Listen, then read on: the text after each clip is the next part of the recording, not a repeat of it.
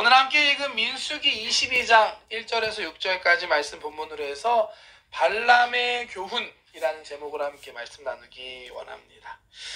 오늘 본문 이 민수기 22장에서부터 24장까지 이어지는 이야기는 이 모압의 왕 발락이 그 이방 예언자 발람이라는 사람을 통해 이스라엘 민족을 저주하려고 했었던 이야기입니다. 아마 아시는 분들도 계시고 좀 생소한 분들도 있을 거라고 생각합니다. 오늘 본문의 이야기는 좀 특별한 점이 하나 가지가 있습니다. 그건 뭐냐면 그동안 이 민수기 우리가 같이 통독해오고 있잖아요. 민수기의 이야기가 그 중심이 모세랑 이스라엘 백성이었습니다. 이스라엘 백성이 광야에서 어떻게 살았는지, 하나님이 어떻게 은혜를 받고 또 어떻게 하나님한테 원망했는지, 그러한 좋았던 모습, 부족했던 모습이 쭉 이어지고 있었습니다. 그런데 이 22장부터는 이 이야기의 중심이 이스라엘 백성, 모세가 아니라 이방인, 모압왕 발락과 발람에게로 포커스가 이동합니다. 마치 성경 말씀의 포커스가 이제 이렇게 이해되시죠? 이스라엘 백성을 비추고 있다가 이스라엘 백성이 아닌 그 주변에 있던 이방 그 발락 왕과 발람이라는 사람에게로 그 포커스가 이동합니다. 그것도 꽤 긴 3장에 걸쳐서 그와 같은 기록들이 성경에 기록되어 있습니다. 그동안 보여주던 이스라엘 이야기가 아닌 전혀 다른 새로운 관점에서 우리에게 진행되는 이야기를 통해서 하나님께서 반드시 가르쳐주기 원하시는 특별한 뜻이 있다고 저는 생각을 합니다.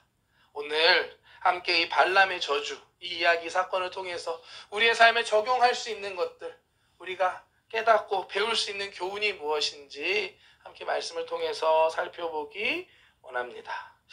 먼저 우선은 오늘 말씀의 배경 함께 살펴보았으면 좋겠는데요. 지금 이스라엘 백성이 어디에 무엇하고 있냐? 길을 떠나 모압 평지에 진을 쳤다라고 말씀합니다. 한번 볼까요? 22장 1절 말씀입니다. 시작. 이스라엘 자손이 또 길을 떠나 모압 평지에 진을 쳤으니 요단 건너편 곧 여리고 맞은 편이더라. 아멘. 지금 이스라엘 백성이 어디 있다고요? 모압 평지에 진을 쳤다. 어디냐? 여기가 요단강 건너편, 잘 아시는 여리고라는 성이 강 건너에 있는 지역. 지도가 좀 작지만 보이시나요? 이 밑에 동그란 게 사해 바다입니다. 그리고 그 위로 요단강이 쭉 흐르고 있는데 보시면 얼룩덜룩한 게 산이잖아요. 근데 그 가운데 부분만 편편하게 보이는 부분이 있습니다. 그 왼쪽 부분에 이제 우리가 얘기했던 여리고 성이 있는 거고, 반대편 오른쪽 부분을 이 오늘 말씀에 있는 모압 평지가 바로 이 오른쪽 부분입니다. 다음 사진도 하나 있나요? 이미지 하나밖에 없나요? 네, 우선은 보시면 되겠습니다. 이해되시죠? 이제 요단강 가에 딱 이렇게 평평한 곳에 이스라엘 백성이 진을 치고 있는 겁니다. 이제 여기만 넘어가면 드디어 약속의 땅 가나안 땅에 들어갈 수 있다. 그 땅이 바라보이는 지금 그 시점에 있습니다. 사실 이스라엘 백성이 여기까지 오기까지 쉽지 않은 시간을 보냈죠. 지난주에 우리가 가데스 바네아에서 있었던 사건, 12정탐꾼 사건을 함께 살펴보았는데 거기에서 이스라엘 백성이 그 믿음 없는 모습을 보여줌을 통해서 하나님께 심판받고 40년 동안 광야를 방황하고 지냈었습니다. 민수기의 이야기가 사실은 그 이스라엘 백성이 광야에서 지냈던, 방황했던 이야기가 기록되어 있습니다. 모세와 함께 출애굽했던 1세대, 이 사람들은 40년이라는 기간 동안에 다 죽어가고 이제 새로운 2세대가 태어나서 성장해서 이제 진짜 가나안 땅에 들어갈 준비를 다시 하고 있는 딱 시점이 바로 오늘 본문의 상황이었습니다. 이스라엘 백성으로 봤을 때는 뭐 나쁘지 않죠. 이제 새로운 소망을 가지고 이제 저기 들어가면 된다 하고 바라보고 있었던 상황이었습니다. 그리고 또 이미 요단강 오른쪽 그 동편 지방은 정복이 다 끝난 상황이었습니다. 오늘 말씀을 보아도 그걸 알 수 있거든요. 한번 볼까요? 2절과 3절 말씀 함께 보겠습니다. 십볼의 아들 발락이 이스라엘이 아모리인에게 행한 모든 일을 보았으므로 모압이 심히 두려워하였으니, 아멘. 여기까지만 읽겠습니다. 모압이 두려웠던 이유가 이스라엘인이 아모리인에게 행한 일을 알고 있었다. 이게 무슨 얘기냐면 이스라엘 백성이 모압 평지에 오기 전에 무슨 일이 있었냐? 요단강 동편의 북쪽에 있었던 아모리, 바산 이 지역을 다 정복하고 다 전멸시켰던, 이미 그 땅을 이스라엘 백성이 정복했던 상황이었습니다.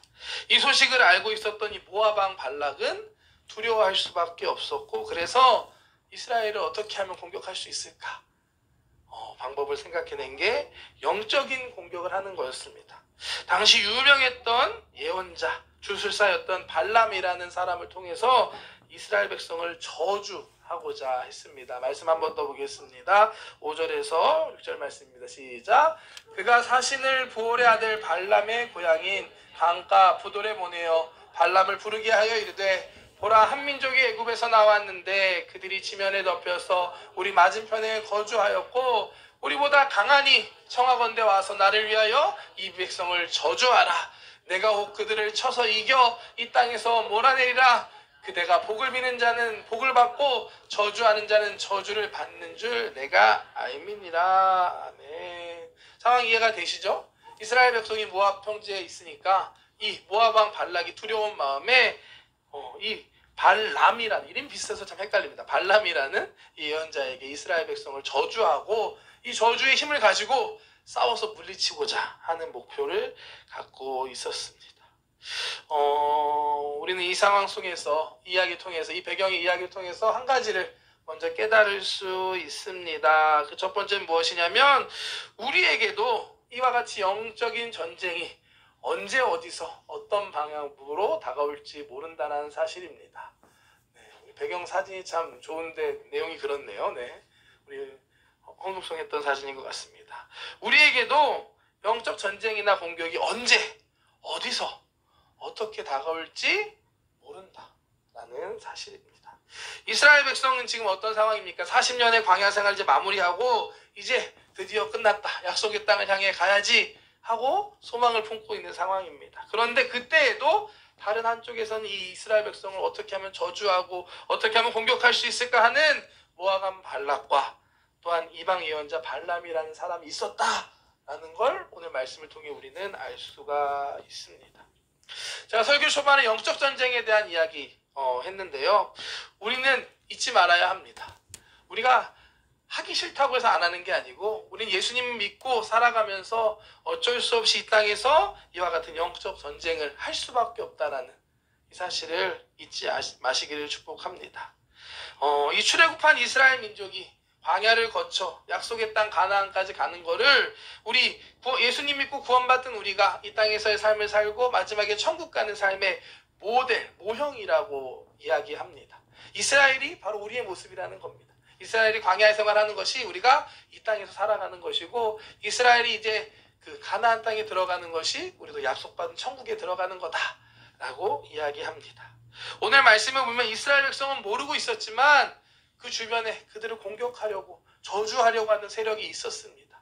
우리에게도 적용되는 거라고 생각합니다. 지금 저와 여러분들, 우리가 인정하든 우리가 알든 모르든 여러분들을 넘어뜨리게 하고 여러분들의 믿음을 흔들려고 하는 악한 세력이 있다는 사실을 잊지 마시기를 주님의 이름으로 축복합니다. 언제 어떻게 우리를 공격할지 모릅니다. 마태복음 4장 말씀 보면 예수님을 이 마귀가 시험하는, 예수님이 시험 받으시는 장면이 나옵니다. 예수님께서 성령의 이끌림 받아서 침례 받으시고 난 다음에 성령에 이끌려서 광야에 가서 40일간 금식하시고 난 뒤에 예수님 그곳에 배고프다 하고 있는데 그곳에 마귀가 찾아와서 예수님을 시험합니다. 한번 생각해 보십시오. 마귀가 지금 어느 시점에 예수님을 시험한다고요? 40일 금식하신 예수님. 그런데도 그 예수님 앞에 나아가 시험하고 있습니다. 우리를 넘어뜨리고 무너지게 하기 위해서 사단 마귀는 언제 우리를 틈탈지 모릅니다. 이스라엘 백성 입장에서 보면 오늘 이 민수기 22장의 상황은 이제 요단강 동편에 그 정복을 다 끝냈고 이제 요단강 앞에 진을 치고 이제 가나안 땅 바라보면서 이제 저기 가면 되겠다라고 생각하고 있을 때였습니다. 그야말로 모압은 이스라엘 민족이 주목도 하지 않고 있었던 상황이었습니다. 그런데 생각지도 못했을 그때, 생각지 못했던 곳에서 이 모압 왕 바락과 발람을 통해 이스라엘을 공격하려고 하는 시도들이 준비되고 있었습니다. 베드로전서 5장 말씀 우리에게 이렇게 말씀합니다. 근신하라, 깨어라. 너희 대적 마귀가 우는 사자같이 두루다니며 삼킬 자를 찾나니 너희는 믿음을 굳건하게 하여 그를 대적하라. 이는 세상에 있는 너희 형제들도 동일한 고난을 당하는 줄 압니다. 아멘. 이스라엘 민족의 이야기가 저와 여러분들의 이야기라는 사실을 믿으시기를 축복합니다. 늘 깨어있는 여러분들에게 축복합니다. 늘 깨어서 믿음을 굳건하게 하여서 이 영적 전쟁에 우리를 넘어뜨리는 공격 앞에 담대하게 승리할 수 있는 저와 여러분들 되시기를 주님의 이름으로 축복합니다. 두 번째로 우리가 발람의 이야기를 통해 깨달을 수 있는 것은 우리가 물질적인 탐욕에 눈이 멀면 하나님의 뜻을 온전히 따를 수 없다라는 사실입니다. 이 모압왕 발락의 요청을 받은 발람은 당시에 상당히 유명한 사람이었습니다. 잘 나가는 예언자, 어떻게 보면 영빨이 센 그런 사람이었습니다. 데일 데이브 알라나는 고대 유적지가 있는데요. 거기 발견된 이런 문서를 통해 보아도 이 오늘 말씀에 나오는 발람의 이름이 기록되어 있을 만큼 그 당시에 상당히 유명했던 사람이었다라고 합니다.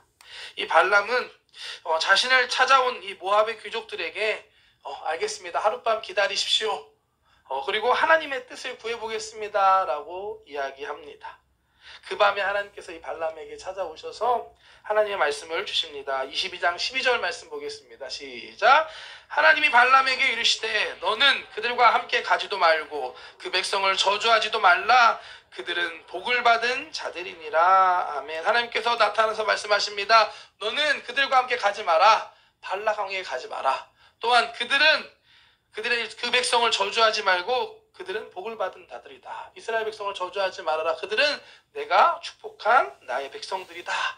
라고 이렇게 하나님께서 확실하게 말씀을 주십니다. 다음날 아침 이제 발람은 자신에게 임한 하나님의 말씀을 그 뜻을 전합니다. 13절 말씀 계속해 보겠습니다. 발람이 아침에 일어나서 발락의 귀족에게 이르되 너희는 너희의 땅으로 돌아가라. 야훼께서 내가 너희와 함께 하기를 허락하지 아니하시느니라. 아멘. 이 말씀 보면 발람이 하나님의 뜻에 순종하는 것처럼 보입니다. 하지만 발람의 속마음은 어땠을까요? 속마음은 그렇지 못했던 것 같습니다. 오늘 말씀을 보아도 조금 그 부분이 나오는데요. 발락이 보낸 귀족들에게 이야기하는데 하나님이 전한 메시지를 전부 다 전하지 않습니다. 하나님께서 그 백성을 저주하지 말라고 하셨습니다. 그들을 축복하셨다라고 말씀하셨습니다. 라고 얘기 안 하고 그냥 당신들 따라가는 걸 허락하지 않았습니다. 라고만 이야기합니다. 조금 애매하게 이야기하고 있습니다.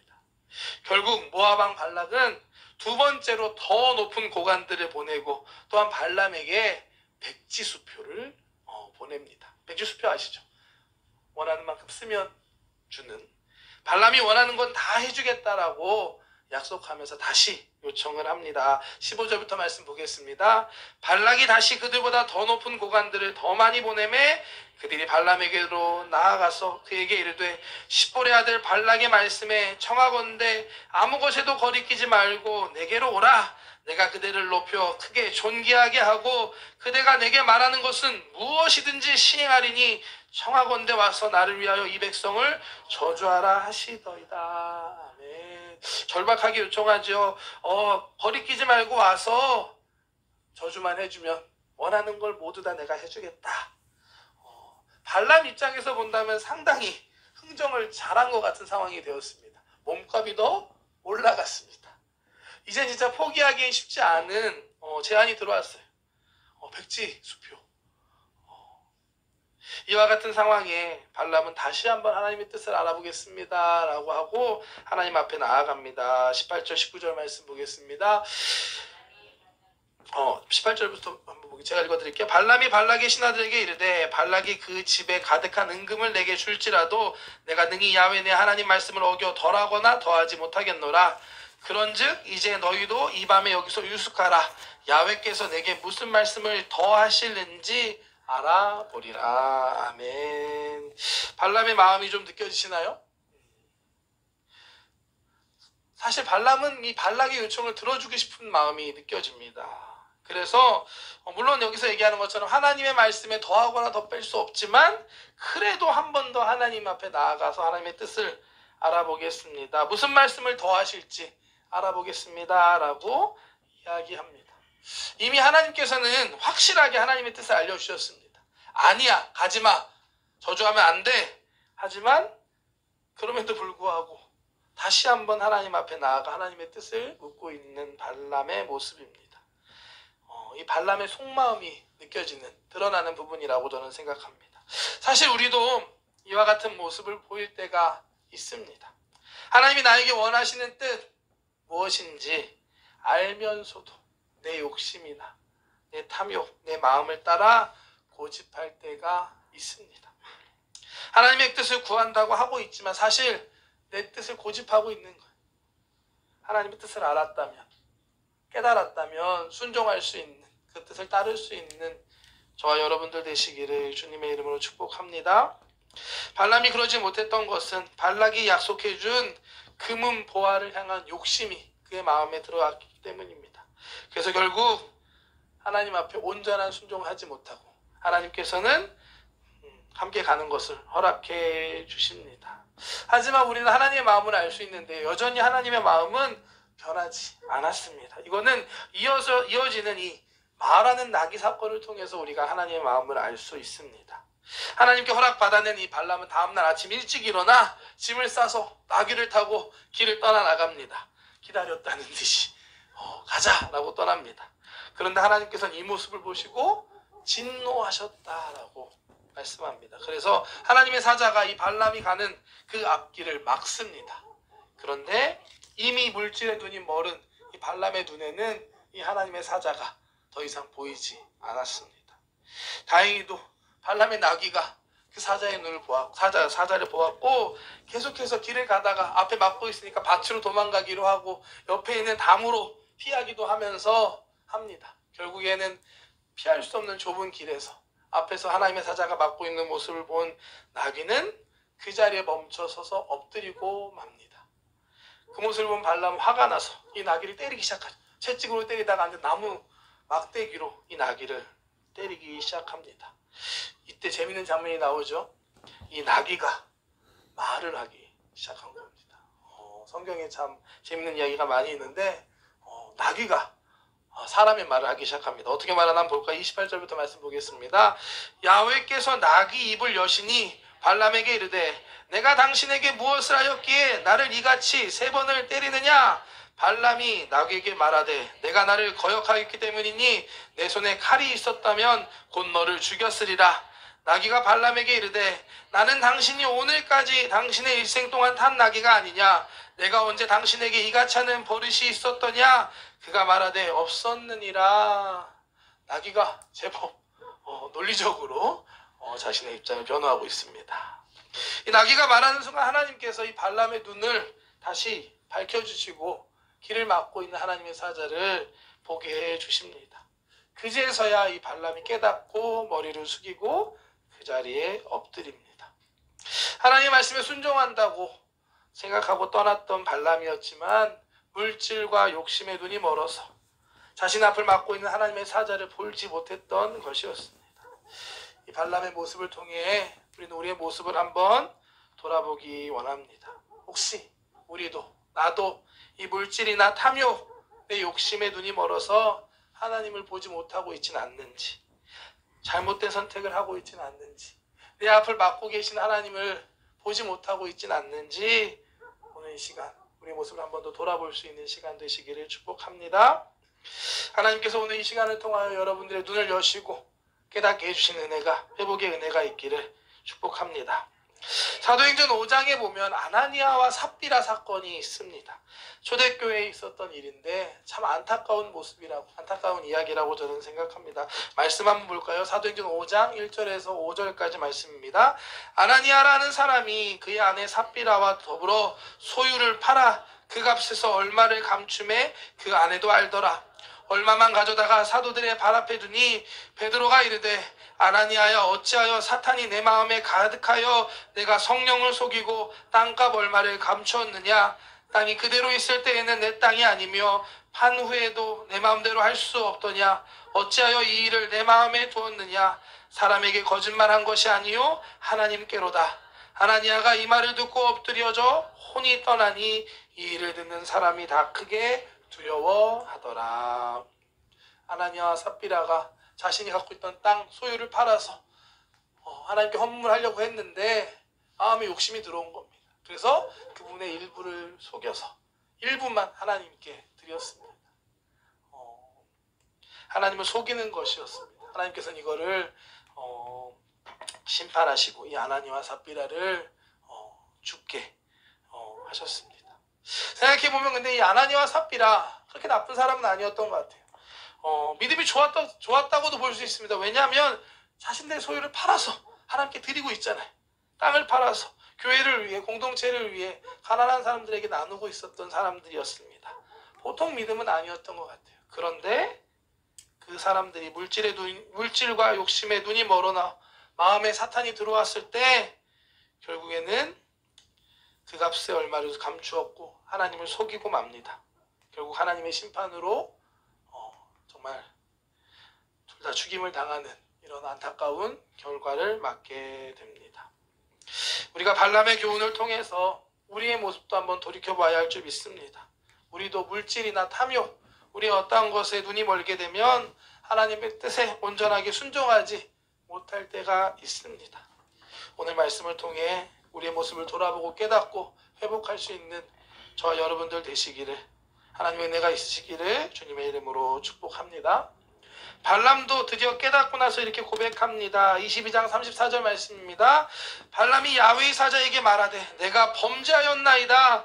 당신이 나를 막으려고 길에 서신 줄을 내가 알지 못하였나이다. 당신이 이를 기뻐하지 아니하시면 나는 돌아가겠나이다. 회개의 모습이죠. 회개는 방향을 돌이키는 겁니다. 제가 이제 알았습니다. 제가 범죄했습니다. 제가 보지 못했습니다. 당신의 뜻이 아니라면 돌아가겠습니다. 라고 회개하는 모습을 보여줍니다. 하나님의 뜻이 깨달아지면 그 뜻을 따라 회개할 수 있는, 돌이킬 수 있는 저와 여러분 되기를 축복합니다. 결국 발람은 다시 발락에게 가는 걸 허락을 받습니다. 하지만 하나님께서 전한 말만 전해야 한다라는 걸 다시 한번 확실하게 확인받고 그 길을 계속해서 갑니다. 반면에 이 발락 왕은 이제 발람이 온다는 얘기를 듣고 신났습니다. 이 말씀 보면은 모압 왕 끝까지 찾아와서 이 발람을 반기고 영접합니다. 여기서부터 이제 이 발락과 발람이 이스라엘 백성을 저주하기 위해 노력하는 이야기들이 계속 시작됩니다.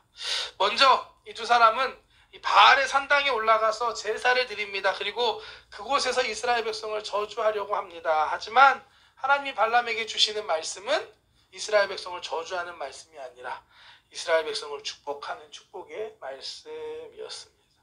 그러자 발락 왕은 포기하지 않고 이 발람을 여기가 아닌 것 같습니다. 다른 곳으로 갑시다. 다른 산 위에 올라가서 이스라엘 백성을 바라보면서 다시 저주하려고 합니다. 하지만 두 번째 이 시도도 결국 실패합니다. 두 번째 시도에 하나님 주신 말씀 한번 볼까요? 23장 23절 말씀입니다. 야곱을 해할 점술이 없고 이스라엘을 해할 복술이 없도다. 이때 야곱과 이스라엘에 대하여 논할진대 하나님께서 행하신 일이 어찌 그리 크냐? 아멘. 야곱은 이스라엘 백성을 의미합니다. 야곱을 해할 점술도 없고 이스라엘 해할 복술도 없다. 저주할 수 없다. 라고 하나님께서 말씀으로 주고 계십니다.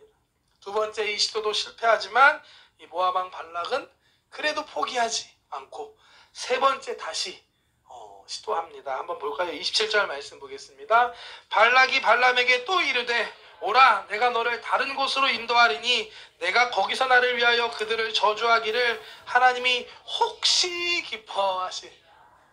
세 번째 만에 혹시가 생겼습니다. 혹시 다른 산 가면 하나님이 저주하게 하실지 모른다라고 이야기합니다. 발락과 발람이 이처럼 세 번에 걸쳐서 이곳저곳 옮겨 다니면서 제사도 드리고 이스라엘 백성을 저주하려고 합니다. 하지만 하나님이 주시는 말씀만 전할 수 있었던 발람이 할 수 있는 건 이스라엘 백성을 저주하는 게 아니라 이스라엘 백성을 축복하는 것이었습니다. 또한 이방 민족의 멸망을 예언하는 예언의 말씀이었습니다. 결국 이 세 번에 걸친 시도는 모두 다 실패하고 맙니다. 마지막 한번 볼까요? 또 말씀 24장 10절 말씀입니다. 발락이 발람에게 노하여 손뼉을 치며 말하되 내가 그대를 부른 것은 내 원수를 저주하라는 것이오늘 그대가 이같이 3번 그들을 축복하였도다. 그러므로 그대는 이제 그대의 곳으로 달아나라. 내가 그대를 높여 심히 존귀하게 하기로 뜻하였더니 야훼께서 그대를 막아 존귀하지 못하게 하셨도다. 25절 말씀도 함께 보겠습니다. 발람이 일어나 자기 곳으로 돌아가고 발락도 자기 길로 갔도다. 아멘. 22장에서 시작되어서 24장까지 계속되었던 이 발람의 저주 이야기가 결국에는 이렇게 끝이 실패로 끝나게 됩니다. 하지만 우리는 이 이야기를 통해서 한 가지 또한 깨달을 수 있는 게 있는데요. 그것은 뭐냐면 우리를 공격하는 악한 세력이 얼마나 집요한지 우리는 그것들을 깨달을 수 있습니다. 이 발람의 저주 사건을 통해 우리가 깨달을 수 있는 마지막 3번째는 우리를 공격하는 사탄의 집요함입니다. 발람과 발락이 3번에 걸쳐서 이스라엘 민족을 저주하려고 했던 것처럼 우리를 공격하는 이 사탄도 우리를 공격하기 위해 끝까지 우리를 공격하고 시험에 들게 합니다. 이 발람과 발락의 이 시도도 오늘 말씀에 보면 3번에 걸쳐 이스라엘 민족을 저주하지만 실패하지만 이거는 끝이 아니었습니다. 이어지는 25장 말씀 보면 이 이스라엘 백성이 모압 땅에서 이 모압 여자들과 함께 음행을 하고 바알이라는 우상을 숭배하는 죄를 짓는 이야기가 나옵니다. 결국 이 일을 통해서 하나님께 심판받고 24,000명이라는 사람이 연병으로 죽는 이야기가 기록되어 있습니다. 우리 민수기 말씀에서는 잘 나타나지 않는데요. 우리는 다른 성경 말씀을 통해 보면 이 25장의 사건이 발람과 관계 있다는 걸 우리는 알 수 있습니다. 몇 군데 한번 볼까요? 민수기 31장 말씀 보겠습니다. 31장 이후에 다시 나오는 건데요. 민수기 31장 16절 말씀 시작. 보라 이들이 발람의 꾀를 따라 이스라엘 자손을 부올의 사건에서 야훼 앞에서 범죄하게 하여 야훼의 회중 가운데에 연병이 일어나게 하였느니라. 아멘. 또 한 가지 요한계시록 말씀 보겠습니다. 요한계시록에도 나와 있습니다. 그러나 내게 2가지 책망할 것이 있나니 거기 내게 발람의 교훈을 지키는 자들이 있도다. 발람이 발락을 가르쳐 이스라엘 자손 앞에 걸림돌을 놓아 우상의 제물을 먹게 하였고 또 행음하게 하였느니라. 아멘. 다른 말씀들을 통해 우리가 알 수 있는 것은 이 민수기 25장에 이스라엘 백성이 이 모압 땅에서 그 여인들과 음행하고 또 우상을 숭배했던 것이 이 발람의 가르침, 발람의 계략이었다라는 것을 우리는 확인할 수가 있습니다. 무슨 의미가 있을까요? 발락과 발람이 3번에 걸쳐서 이스라엘 백성을 저주하려고 했는데 결국 실패했습니다. 그럼 실패했으면 포기하고 돌아갔느냐? 안 돌아갔어요. 끝까지 이스라엘 백성을 유혹해서 하나님 앞에 범죄하게 하였고 또 결국 하나님의 심판을 받게 하였습니다. 끝까지 포기하지 않는 악한 모습을 우리가 보게 됩니다. 우리를 공격하는 악한 영의 공격도 이처럼 집요합니다. 쉽게 포기하지 않습니다. 어떻게 해서든 우리를 넘어뜨리려고 하고 우리를 흔들고 무너지게 합니다. 우리의 믿음이 흔들리고 하나님으로부터 멀어지게 합니다. 어떻게 해야 될까요? 우리가 더 간절히 하나님을 의지하고 하나님 안에 거해야 하는 줄 믿습니다. 영적인 공격이 다가올 때 하나님을 더 바라볼 수 있는, 하나님을 더 의지하고 하나님께 더 가까이 나아갈 수 있는 여러분 되시기를 축복합니다. 우리를 공격하는 공격이 아무리 강력하고 집요하다 할지라도 우리가 이 공격을 이겨낼 수 있는 비결이 있습니다. 그것은 바로 우리 구세주 예수님을 바라보는 것입니다. 예수님께서 우리를 위해 십자가에서 죽으시고 부활하심으로 모든 사망과 저주의 권세를 이기시고 승리하셨습니다. 예수님을 바라보고 우리가 그 예수님과 함께하고 예수님 안에 거할 때 우리를 공격하는 사탄의 공격이 아무리 강하고 아무리 집요할지라도 우리는 이길 수 있다는 사실을 믿으시기를 축복합니다. 요한복음 16장 말씀 보겠습니다. 이것을 너희에게 이르는 것은 너희로 내 안에서 평안을 누리게 하려 함이니 세상에서는 너희가 환난을 당하나 담대하라 내가 세상을 이기었노라. 예수님께서 하시는 말씀입니다. 내 안에 평안을 누리게 하는 것이니 너희가 환난을 당하나 담대하라. 내가 세상을 이겼다. 예수님과 함께할 때 예수님의 승리가 우리의 승리가 되는 줄 믿습니다. 예수님의 평안이 우리의 평안이 되는 줄 믿습니다. 사탄은 어떻게 해서든 우리를 하나님으로부터 멀어지게 하고 우리를 넘어뜨리려고 합니다. 이럴수록 우리는 예수님 바라보고 예수님 의지하며 담대하게 나아갈 수 있는 우리 기인초 성전 성도님들 되시기를 주님의 이름으로 축복합니다. 오늘 민수기 22장까지 나온 이 발람의 이야기를 통해 우리에게 주신 하나님의 교훈들을 한번 살펴보았습니다. 이스라엘 백성을 공격하려 했던 발람과 같이 지금도 우리를 공격하는 악한 영의 세력이 있음을 알고 깨어있는 저와 여러분 되시기를 축복합니다. 또한 우리도 발람과 같이 물질과 욕심에 눈이 멀으면 하나님의 뜻을 온전히 따를 수 없을 수 있다는 사실을 알고 언제나 성령의 충만함으로 우리의 마음을 악한 것에게 빼앗기지 않는 저와 여러분들 되시기를 축복합니다. 마지막으로 우리를 공격하는 악한 영의 세력과 공격이 강하고 집요하다 할지라도 우리는 이길 수 있습니다.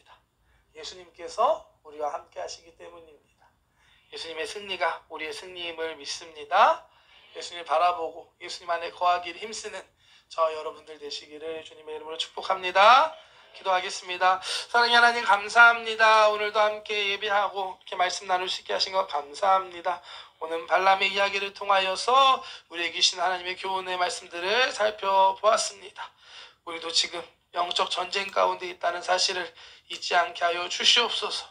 우리가 언제나 깨어있게 하여 주시옵시고 우리의 눈이 하나님 세상의 물질이나 다른 어떤 것에 하나님 빼앗기지 않도록 우리의 마음속에 하나님 악한 것들이 들어오지 않도록 우리가 우리 성령 충만하게 우리의 마음을 지킬 수 있는 우리의 생각을 지킬 수 있는 하나님의 자녀들 되게 하여 주시옵소서.